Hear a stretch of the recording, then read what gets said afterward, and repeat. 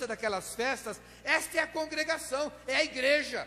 O nome é igreja, é a mesma raiz. E este povo é governado, ele é governado por uma teocracia, porque o rei é um rei de Deus, o profeta é um profeta de Deus, o sacerdote é um sacerdote de Deus. Então o povo tinha os juízes, depois dos juízes tem os reis. O rei tem que falar da parte de Deus.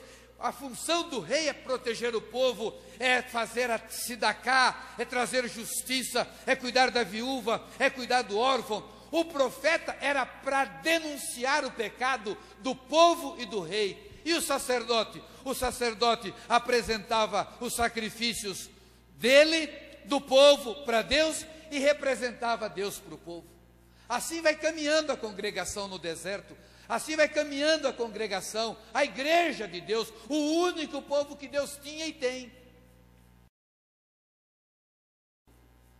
Chega um pouco antes de Jesus, nós entramos naquele tempo conhecido para nós como o tempo do silêncio profético, 400 anos. Evidentemente que o tempo não dá para se falar sobre isso, e são novamente 400 anos, como foi o Êxodo, são novamente 400 anos, como foi de 1517 a 1917, quando os turcos otomanos tomaram a terra. Mas isso não cabe agora. Cabe que naquele período é um momento muito violento. Naquele período surge o tipo da besta, com Antíoco Epifânio, quando ele afronta o Deus vivo, ele manda matar o sacerdote da linhagem sacerdotal, sacrifica um porco no templo, ele passa fezes de porco nas paredes do templo, e ali vem a revolta dos macabeus. Há um período em que Israel consegue a sua independência, ano 140 mais ou menos, por curto espaço de tempo. É o momento quando surgem as linhas dos sacerdotes, as linhas das seitas, os fariseus, os saduceus, os essênios, os zelotes. Mas um grupo se levanta, um grupo como se fosse o remanescente fiel, chamado os essênios. Quando você estuda a história dos essênios, é como se você visse a própria igreja dos dias atuais. Aqueles homens, eles tinham certeza que Jesus estava vindo, que o Messias estava vindo, e eles acertaram em cheio. Eles sabiam que estava chegando o tempo da luta das luz contra as trevas, e eles acertaram em cheio. Aqueles homens abandonaram as suas casas, abandonaram as suas famílias para esperar o Messias. Eles se recolheram, fugiram de toda a contaminação, se reservaram em ambiente inóspito, naquelas cavernas em Qumran, escreviam, oravam, tinham uma comida muito simples, aguardando a vinda de Mashiach, não Yeshua, porque nunca houve no conceito judaico a palavra salvação, como nós entendemos, Yahvé salva. Eles esperavam Melech, eles esperavam o rei, porque sempre foi prometido um rei a Israel, não um salvador. Esperavam Mashiach, ungido, ungido é rei, Davi o ungido, Salomão o ungido, Saul o ungido. Eles esperavam o ungido, o Messias que os livraria de toda tirania, que assumiria a direção e Israel se tornaria cabeça das nações. O que ocorre é que não se conseguia ter uma compreensão do plano para as nações, mas a congregação é a mesma. Sempre Deus teve um remanescente fiel. Nós temos Romanos 11.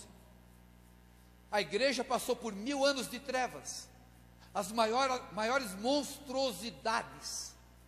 Quem gosta de história da igreja, eu sou professor de história da igreja, as maiores barbaridades que nem ímpio cometeram. Nações ferozes não fizeram o que muitos papas fizeram. As atrocidades. Quem estuda só o capítulo da Santa Inquisição não imagina que homens conseguissem fazer aquilo. Nós ficamos barbarizados com a Segunda Guerra, nós ficamos barbarizados com Hitler, nós ficamos barbarizados com Yosef Mengele, é porque nós não conhecemos a Santa Inquisição.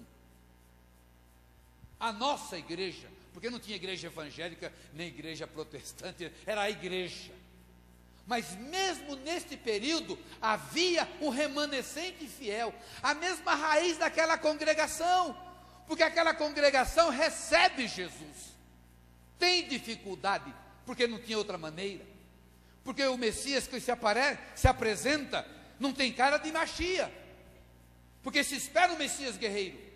Quantos levantes aconteceram antes de Jesus, e as pessoas eram consideradas Messias? Mas vem aquele homem, e ele diz, a túnica, a capa da túnica, se bater de um lado do rosto, dá o outro lado, se fizer você andar 1 milha, ande 2, como é que ele pode ser Messias? Como é que ele... Mas os sinais que ele faz, são sinais do Messias. A multiplicação dos pães, por que a multiplicação dos pães? Não foi prioritariamente para satisfazer a necessidade do povo, senão ele continuava fazendo aquilo constantemente, mas aquilo era era fazer um contraste com o maná, porque o povo judeu sempre teve Moisés como a figura mais importante. Então Jesus fala, os seus pais comeram o maná e morreram, mas quem comer da minha carne permanece. E ele sempre fazendo sinais, separa um jumento, porque eu vou entrar na cidade, porque é uma promessa, há uma promessa escriturística, e a escritura tem que ser cumprida.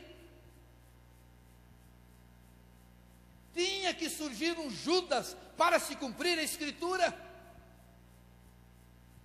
Toda a escritura ele cumpre no tocante às profecias messiânicas, mas eles não conseguem entender, conseguem chegar a nível de profeta. É um profeta, mas como Messias, precisou de revelação, ele andando com os discípulos, comendo com os discípulos, vivendo com os discípulos, dormindo com os discípulos, mas não tem condições de entender. Por isso que ele dizia em João 16, 15 e 16, o Espírito vai lembrar, o Espírito vai ensinar, porque não tinha condições da mente racional entender Jesus como Messias. O que os homens dizem que eu sou? Uns dizem que você é um profeta, Jeremias. O que vocês dizem? E Simão, tu és ungido, tu és ungido.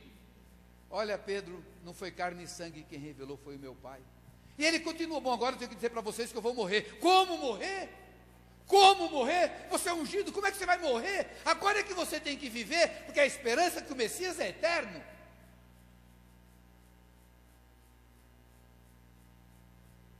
Ele morre, e os discípulos apostatam, todos.